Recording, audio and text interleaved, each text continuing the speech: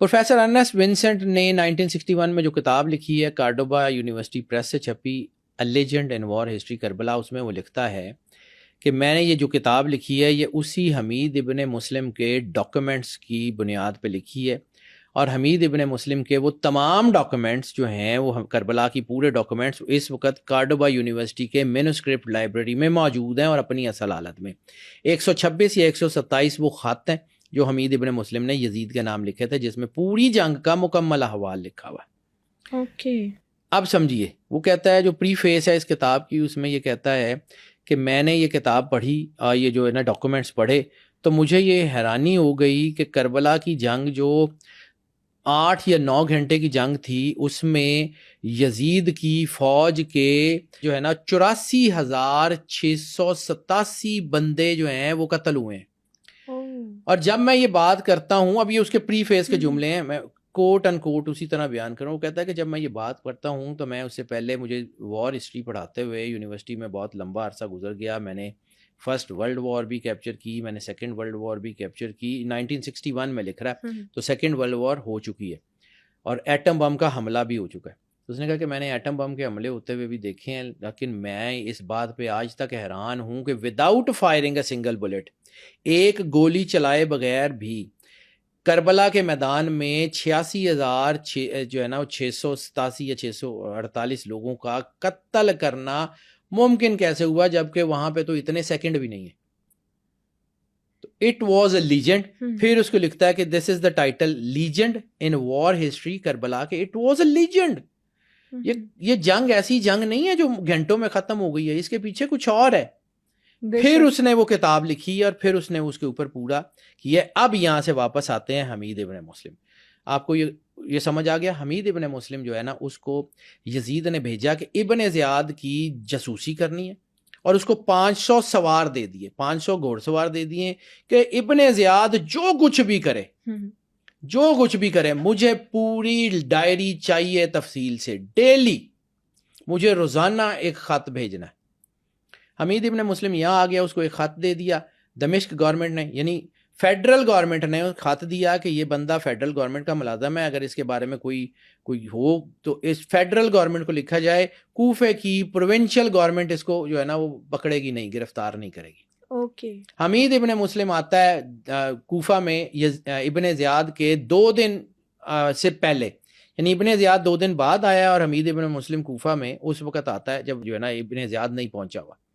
وہ آ کے دارالامارہ کے کچن کا انتظام سنبھال لیتا، بظاہر وہ باورچی ہے دارالامارہ کا، لیکن اس کا کام باورچی کا نہیں ہے، وہ جاسوس ہے۔ اب وہ فوج میں بھی ہے، وہ فوج کے ساتھ بطور باورچی کام کر رہا ہے، جنگ بھی لڑ رہا ہے، لیکن وہ باورچیوں کو چونکہ سردار ہے خود تو نہیں پکاتا، اس کے ساتھ باورچیوں کا سارا پورا نظام ہے، وہ صرف نظر رکھے ہوئے ہے، وہ جاسوس ہے۔ وہ ایک ایک چیز لکھتا ہے۔ اب اس کے ڈاکومنٹس کے مطابق، یہ جو ہم یہ کہہ رہے ہیں نا کہ یہ اتنے بندے مارے گئے، تو اس کے ڈاکومنٹس کے مطابق کہ جب بھی کسی نے حملہ کیا اس کے بعد لاشیں گنی گئی، تو اتنی لاشیں، فلاں بندے نے اتنے بندے مارے، فلاں بندے نے اتنے بندے مارے، فلاں بندے نے اتنے بندے مارے،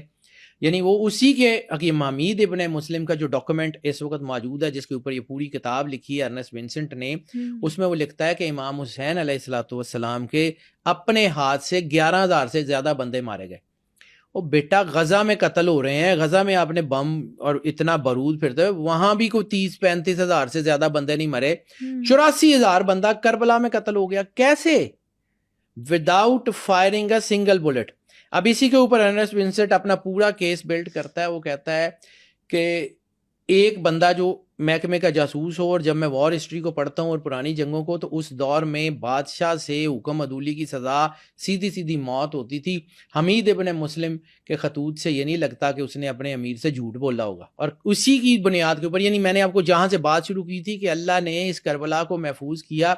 یہ ڈاکومنٹس آج بھی پورے کے پورے محفوظ ہیں۔ اس میں یہ بھی لکھا ہوا کہ فلاں علاقے سے اتنی فوج آئی، فلاں سردار اتنی فوج لے کے آیا۔ اس میں جو فوج کی تعداد ہے امام حسین علیہ الصلوۃ والسلام کے خلاف جو موجود تھی، کربلا کے اندر موجود تھی، وہ 3 لاکھ سے 2.5 سے 3 لاکھ سے زیادہ کی فوج تھی، یعنی 72 لوگوں کے مقابلے میں 2.5 سے 3 لاکھ کی فوج اتاری گئی۔ کچھ تھا تو اتاری گئی نا، ایسے ہی بے شک بلا وجہ اتار دی گئی۔ 2.5 سے 3 لاکھ کی فوج، دمشق سے بھی لشکر آئے، بصرے سے بھی آئے، کوفے سے بھی آئے، وہ جتنے شہر تھے، جتنا سارا کچھ تھا وہاں سے یہ سارے کے سارے جو ہے نا یہ لشکر آتے رہے، اور یہ جو ہے نا فوج جو ہے وہ اپنا کام کرتی رہی. تو اس کی ڈاکومنٹیشن کے مطابق اب میں نے جہاں پہ بات کی ہے کہ اللہ نے اس کو محفوظ کیسے رکھا، تو یہ وہ ڈاکومنٹس تھے جو حمید ابن مسلم بھیجتا رہا ہے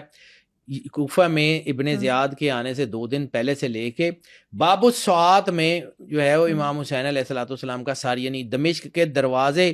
تک پہنچنے تک کی پوری ڈاکومنٹیشن ہے. تو یہ اللہ کی پلاننگ. ٹھیک ہے. اب یہ ہوا کہ یہ جو ڈاکومنٹس تھے یہ یزید کی لائبریری میں محفوظ تھے، اس کو خط آتے تھے. تو جب یزید کے محل کے اوپر حملہ ہوا اور حکومت امویوں کے پاس آ گئی تو انہوں نے یہ ڈاکومنٹ سنبھال لیے کہ ان کے لیے یہ تھے. پھر یہ جو ہے نا یہ ڈاکومنٹس مختار کے ہاتھ آتے ہیں، مختار سقفی. اور مختار سقفی وہ آدمی ہے کہ جو ان خطوط کو پڑھتا ہے اور ان خطوط کو پڑھنے کے بعد بندے ڈھونڈتا ہے کہ کس کس نے امام حسین علیہ الصلوۃ والسلام کی شہادت میں کیا کیا کردار ادا کیا تھا، اور پھر وہ قتل کرتا ہے. یعنی مختار نے صرف اور صرف 2.5 سال کی حکومت میں، 2.5 سے 3 سال کی حکومت میں سارا تختہ پلٹ دیا. اس کے پاس کوئی سالڈ ڈاکومنٹ تھے تو جس کی بنیاد پہ اس نے ساری انفارمیشن نکالی اور فٹافٹ جو ہے یہ کام کیے. ٹھیک ہے. یہ اللہ نے محفوظ کرایا ہوا تھا. پھر یہی ڈاکومنٹس جو ہیں یہ امویوں سے عباسیوں کے پاس چلے گئے، عباسیوں کے ہاتھ سے ہوتے ہوئے عثمانیوں کے ہاتھ سے یہ جب جو ہے وہ غرناطہ کا پیلس بنا تو یہ غرناطہ میں کرتبہ میں چلے گئے، اسپین میں چلے گئے. آج بھی اسپین میں محفوظ ہے. یعنی کربلا کا ایک ایک واقعہ مینوسکرپٹس کی شکل میں، وہ خط جو حمید ابن مسلم نے یزید کو لکھے تھے وہ خط 123 یا 124 ہیں یا کچھ 127 ہیں، مجھے ایگزیکٹلی یاد نہیں، لیکن وہ سارے خط محفوظ ہیں.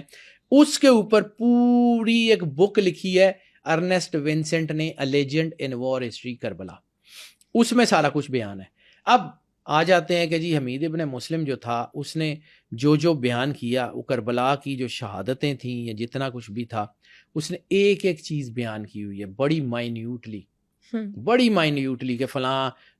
سردار نے یہ کہا، فلاں نے امام حسین سے ملاقات کی، فلاں نے جو ہے وہ جنگ سے بھاگنا چاہا. تو پھر یعنی فوراً جو خط آ جاتے تھے ابن زیاد کو کہ وہ فلاں یہ کر دو، فلاں یہ کر دو، ابن زیاد پریشان تھا کہ یزید کو اتنی خبریں کون دے رہا ہے. بالکل. لیکن اس کو ساری زندگی یہ پتہ نہیں لگا کہ اس کے اپنے دارالامارہ میں یزید کا سپاہی تھا جو یزید کو یہ ساری خبریں دے رہا تھا.